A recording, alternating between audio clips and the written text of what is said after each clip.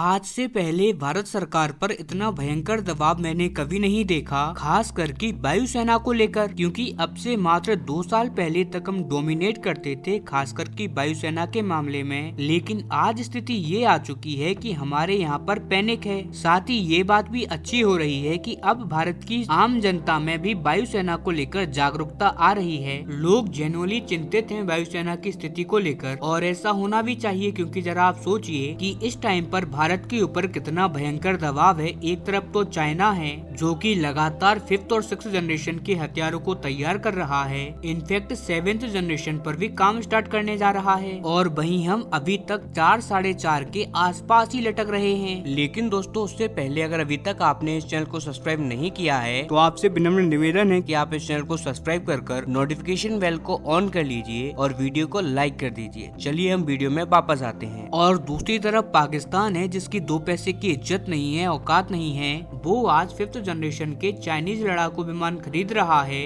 In fact कल की video में मैंने आपको ये भी बताया था कि अब तो वो तुर्की के जो कान लड़ाकू विमान है वो न केवल पाकिस्तान की वायुसेना को मिलेगा, बल्कि पाकिस्तान उसे मैन्युफैक्चर करके एक्सपोर्ट भी किया करेगा। अब आप जरा खुद सोचिए कि अब से 3-4 सालों के बाद पाकिस्तान जैसा देश स्टील्थ लड़ाकू विमान को बनाकर बेचेगा, और उस टाइम तक तो हम एमका को बना ही रहे होंगे। और अब ये चिंता वायुसेना के द्वारा भी मुंह से निकलने लगी है। आपको बता दूं कि अभी हाल ही में वायुसेना के प्रमुख ने कहा था कि हमने 2010 में 40 तेजस लड़ाकू विमानों का ऑर्डर दिया था, जो कि मात्र 4th जनरेशन का लड़ाकू विमान है, और आज 15 साल बीत चुके हैं, अभी तक हमें उनकी डिलीवरी नहीं मिली। और आप जानकर माथा पकड़ लोगे, आई एम श्योर आपको बहुत बुरा भी लग सकता है कि इस बयान पर वायुसेना ने जो दिया था ट्विटर हैंडल पर, उस बयान पर वायुसेना को बहुत क्रिटिसाइज किया जाने लगा। जिस वायुसेना के ऑफिसर ने, चीफ ने जो पोस्ट डाली थी उस पर इतने भद्दे कमेंट किए गए भारत के ही लोगों के द्वारा कि आप सोच भी नहीं सकते। और वो भी मात्र इसी वजह से क्योंकि उन्होंने भारत की जो सरकारी कंपनियां हैं उन्हें क्रिटिसाइज किया था, और उनकी आलोचना करते हुए ये कह दिया कि हमें जो भारत की प्राइवेट कंपनियां हैं उन्हें भी मौका देना चाहिए, उन प्राइवेट कंपनियों को भी इन्वेस्टमेंट देनी चाहिए। अब जरा आप खुद बताइए कि क्या ये बात वायुसेना प्रमुख ने गलत कहा था? एकदम सही बात है ये, क्योंकि पूरी दुनिया में आप किसी भी देश को उठाकर देख लीजिए, हाँ, जो कामयाब देश हैं उनको, वो सारे देश लगभग प्राइवेटाइजेशन के जरिए ही कामयाब बने हैं। अगर आप अपने हथियार सेक्टर में प्राइवेट प्लेयर्स को लेकर नहीं आओगे ना, तो यही बदतर हालात आपकी होने वाली है। फिर चाहे आप इसके बाद वायुसेना प्रमुख को गाली दो या कुछ भी क्यों ना कर लो, सत्य को मिटाने का दम कोई नहीं रखता। लेकिन वायुसेना प्रमुख के इस बयान के बाद अब जो भारत के और भी ज्यादा ऑफिसर्स हैं, जो उन्होंने भी आगे बढ़ के वायुसेना का सपोर्ट करना स्टार्ट कर दिया है। आप आपकी स्क्रीन पर देखिए, भारतीय वायुसेना के पूर्व चीफ ने बयान दिया है कि इस टाइम पर हम एक डेस्परेशन के मोड में आ चुके हैं, क्योंकि हम पर दबाव बहुत ज्यादा है, और इसीलिए भारत को चाहिए एक F-35 लड़ाकू विमान।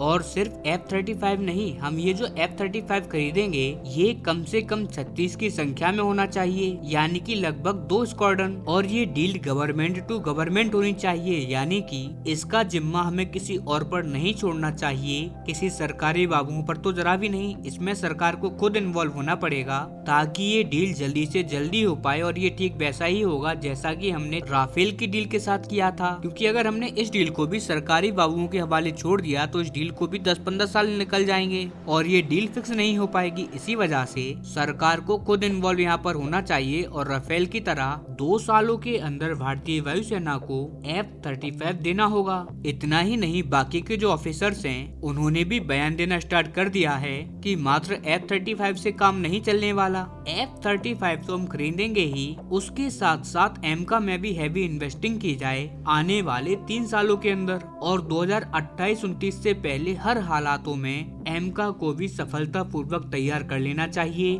तभी जाकर हम कहीं दोनों देशों को काउंटर कर सकते हैं। अदरवाइज आने वाले टाइम में स्थिति और भी ज्यादा बेकार हो सकती है और हम और भी ज्यादा बुरे फंस जाएंगे, साथ ही हम पर प्रेशर और भी ज्यादा पड़ सकता है। और जो भारत कभी अपने पड़ोसी देशों का एयर स्पेस डोमिनेट करता आया था, लिटरली पाकिस्तान के राज पर तो भारत का ही राज था। हमारा कॉन्फिडेंस इतना ज्यादा रहता था कि हम जब चाहे तब घुस जाएंगे और उनको मारकर अगर आ जाएंगे आज, ये सब चीजें बदल सकती हैं अगर हमने जल्दी ही कठोर कदम नहीं उठाया तो। और जो लोग भारतीय वायुसेना प्रमुख और भारतीय वायुसेना को फालतू बोल रहे हैं, आप लोग चाहो तो यहाँ भी कर सकते हो कमेंट में, कोई भी प्रॉब्लम नहीं है अगर इससे वायुसेना की स्थिति बेहतर होती है और वायुसेना को अच्छे लड़ाकू विमान मिलते हैं, या फिर अगर आपको लगता है कि आपके ऐसे कमेंट करने से वायुसेना को कुछ बोलने से स्थिति अच्छी होगी तो आप 10 गुना और कीजिए। लेकिन दोस्तों, आपके कुछ भी कहने से सच्चाई नहीं बदलने वाली। आप कुछ भी गलत बोल के सिर्फ अपने आप को धोखे में रखोगे, इससे ज्यादा कुछ भी नहीं होने वाला।